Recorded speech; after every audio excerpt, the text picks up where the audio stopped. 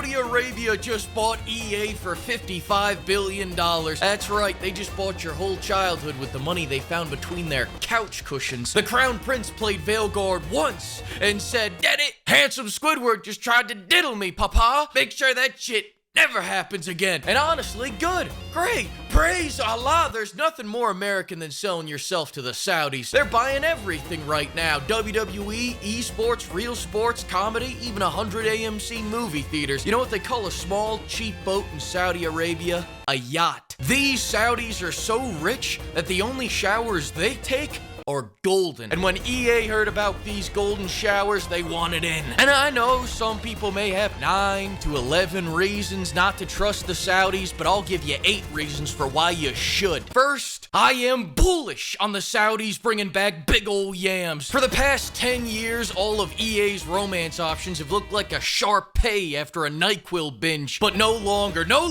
Saudi Arabia won't stand for this. These guys DoorDash Instagram models the way you DoorDash Taco Bell. Hell, look at their airlines. Their flight attendants look like Skyrim mods. And the next Mass Effect, get ready for modestly dressed, big booty Latinas in space. And just when you think things can't get better, oil money is about to bring back your childhood pimp. Need for Speed, Army of Two, Dead Space, they're all gonna rise again. But don't expect a clean revival. This isn't Jesus now. This is Jenny from Forrest Gump. Now that you got that shrimp money, she's done snorting Elvis and blowing coke. Oh, she's back, but she's coughing. She opened up a loot box and got hepatitis. What I'm saying is that the Saudis are gonna want to make a few content changes to the games. You can have Dead Space, but all the babies are gonna have to be Ronaldo now. The Saudis love Ronaldo. We'll get to that later. Number 3, the Saudis have listened to your feedback, and we now get the privilege of having even more microtransactions in our EA games. Now when you divorce your wife in Sims, EA gets half your real-life bank account, half your retirement, and alimony for the next 12 years. People think Saudis care about games having gambling like loot boxes, and therefore microtransactions are gonna get nerfed. But this isn't gambling.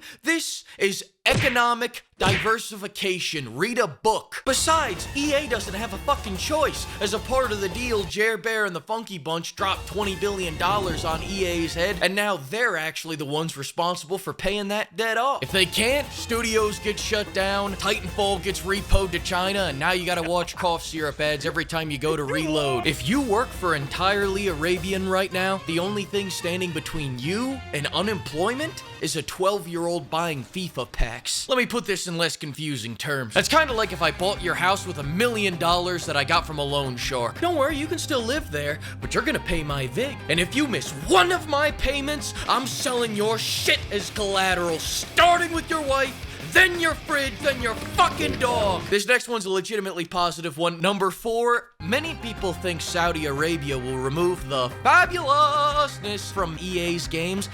I'm not sure about that. However, there are early reports that if you play as a woman in the next Need for Speed game, you won't be allowed to drive. That's not a bug, it's a cultural immersion. Don't like it? Well, does your dad have $55 billion in oil money to buy it back?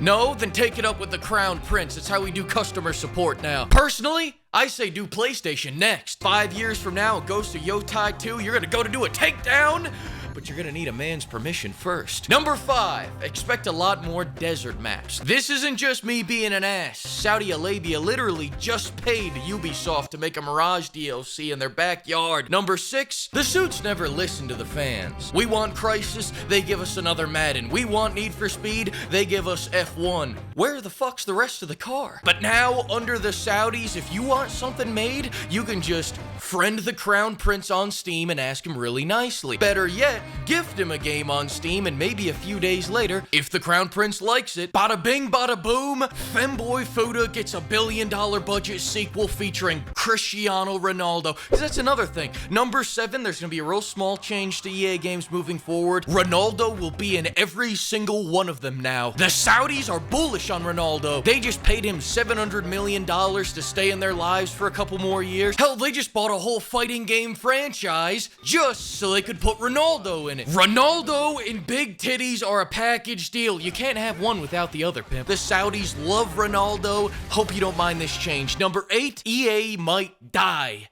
From success, we've seen a lot of people die this year from success. Veilguard, Avowed, Concord, and you can't forget about the failed success of the year, Ubisoft. Ubisoft succeeded so hard that all their biggest IPs are now operated by China. I have no clue what success means anymore, but I know that you can't spell it without Saudi Arabia. I love Saudi Arabia. Come check out the famous beaches of Saudi Arabia. Come grab a beer and do some gambling with me in the jiggle joints of Saudi Arabia. Thank you to Saudi Arabia for using code bail money. Anything to add, old Billy Red Nuts? Yeah, all right.